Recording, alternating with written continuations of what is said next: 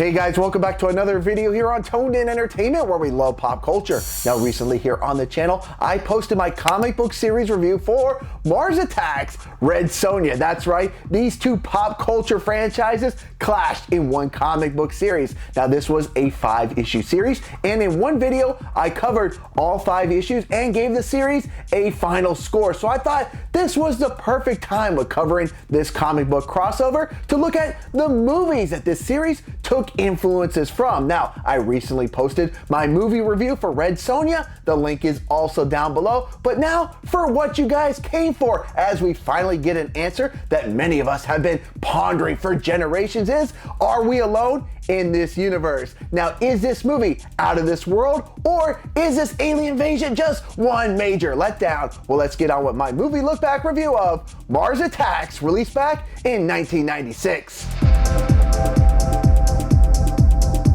This movie has a star-studded cast, with Jack Nicholson playing 2 roles as President James Dale and Art Land, Glenn Close as First Lady Marsha Dale, Natalie Portman as their daughter Taffy Dale, Pierce Brosnan as Professor Donald Kessler, Martin Short as Press Secretary Jerry Ross, Sarah Jessica Parker as Natalie Lake, Michael J. Fox as Jason Stone, Danny DeVito as the Rude Gambler, Tom Jones as himself, Jim Brown as Byron Williams, Pam Grier as Louise Williams, Jack Black as Billy Glenn Norris, Sylvia Sidney as Grandma Florence Norris, Christina Applegate as Sharona, and was directed by Tim Burton.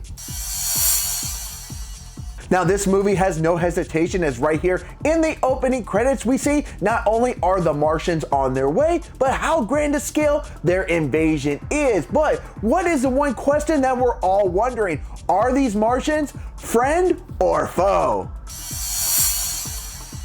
Now, when the Martians arrive on Earth, the humans welcome them with open arms, and even the Martians say that they come in peace, so everything should be all great, right? Well, that is until one onlooker in the crowd releases a dove, which on Earth, of course, is a symbol of peace, but the Martians did not like the flying bird. They zap the bird, and that's when an all-out war is created between the Martians and the humans.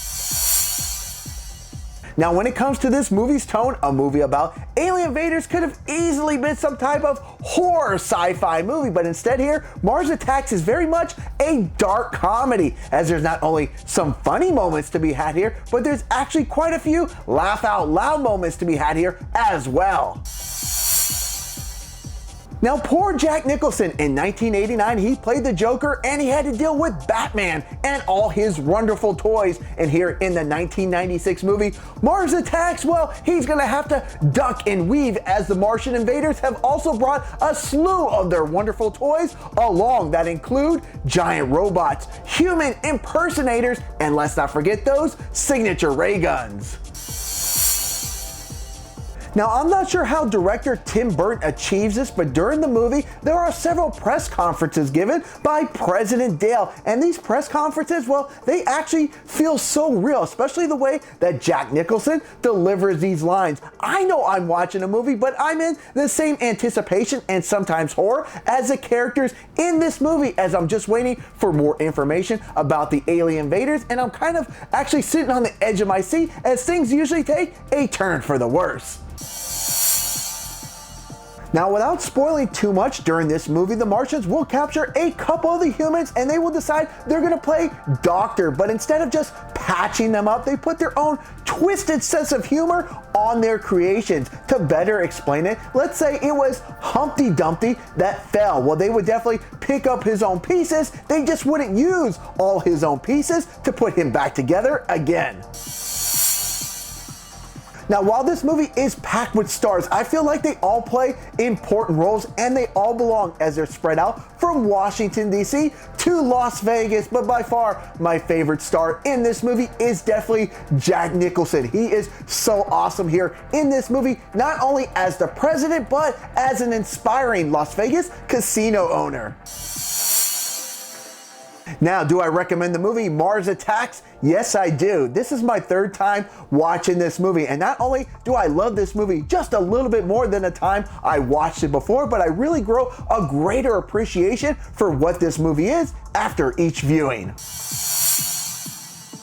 Now, as of this recording, Mars Attacks is available to watch for free if you have a Hulu subscription, but if not, it is available to rent for as little as $3.99. But for me personally, Mars Attacks, this one belongs in my collection.